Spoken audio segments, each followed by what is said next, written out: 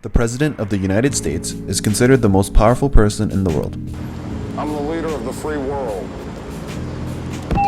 While the legal requirements to be a presidential candidate are quite simple, you also need a ton of money. This means you probably have to come from a wealthy family that has connections with the country's elite. My father gave me a small loan of $1 million. Nonetheless, there have been quite a few individuals who overcame the odds. Here are 5 US presidents who went from humble origins to reaching the top of the political ladder. Started from the bottom, now we're here. Yeah. Andrew Jackson, one of the country's most controversial presidents, was the first president that did not come from a family of wealthy landowners. He was the son of Scots-Irish immigrants and experienced a difficult childhood. His father passed away 3 weeks before his birth, and he was orphaned at the age of 14. Left on his own, he worked various jobs before being taken under the wing of some lawyers who recognized his talent and helped him qualify for the bar. He would later become the Attorney General of Tennessee and even a judge in the Tennessee Supreme Court. He also came to own several plantations as well as many slaves. After leading a successful military career, Jackson would pursue a life in politics, ultimately becoming the 7th President of the United States. Despite his humble origins, Andrew Jackson became one of the wealthiest presidents of his time. Abraham Lincoln, one of the most celebrated US presidents, was born into poverty in a log cabin and raised on the frontier. Lincoln's father faced financial hardships, working a variety of jobs such as farming and carpentry. From a young age, Lincoln enjoyed reading and writing and was largely self-educated. However, he received some formal education from traveling school teachers.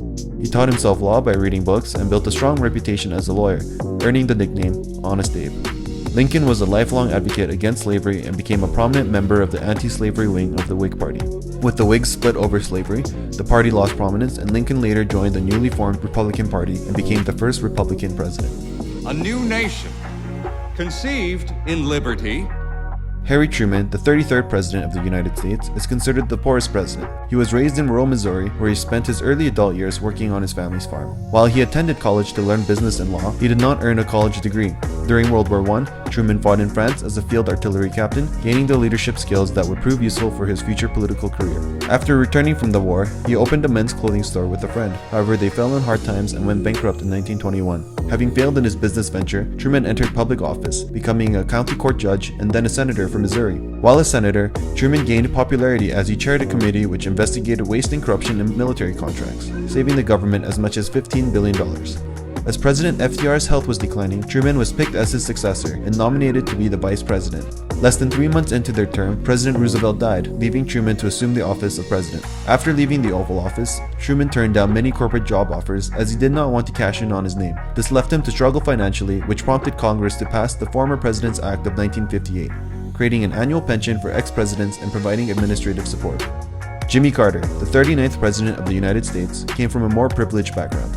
Despite this, he experienced financial troubles before and after his time in office. While pursuing a career in the Navy, Carter's father passed away, leaving him to take over the family's peanut farming business. His father was a successful businessman as well as a politician. However, Carter was left with only a modest inheritance as it was split amongst his siblings. In his first year managing the farm, the harvest failed due to a drought and Carter made just $200. Carter lived in public housing with his wife and 3 sons at the time. Carter entered politics in the 1960s, becoming a senator for Georgia during the Civil Rights Movement. After 2 terms, he successfully ran for governor of Georgia. Despite not being well known on the national stage, Carter pursued the Oval Office and was elected for a single term. He left the White House in debt as his farm was left unsupervised while in a blind trust. While Barack Obama didn't exactly come from poverty, as the first African-American and non-white president, he undoubtedly broke countless barriers to become the 44th President of the United States. Obama was born in Hawaii in 1961 to an American mother and Kenyan father who met in university.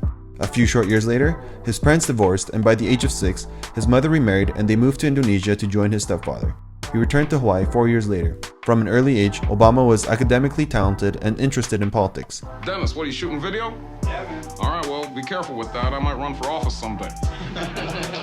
Due to his multiracial heritage, Obama struggled with his identity as a young adult. I'm still trying to figure that out. After college, he worked for various community organizations in Chicago before enrolling in Harvard Law School, where he earned several notable achievements, such as becoming the first black president of the Harvard Law Review. He returned to Chicago where he taught constitutional law for 12 years and remained active in community development. Barack Obama served in both the Illinois Senate as well as the US Senate before successfully running for the Oval Office in 2008 and getting re-elected for a second term. Don't sleep on Barry O.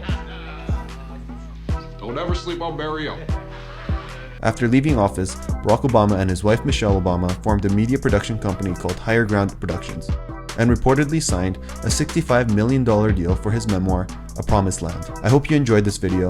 Are there any other presidents that also came from humble origins? Comment below. Thanks for watching. Started from the bottom, now we're here. Yeah.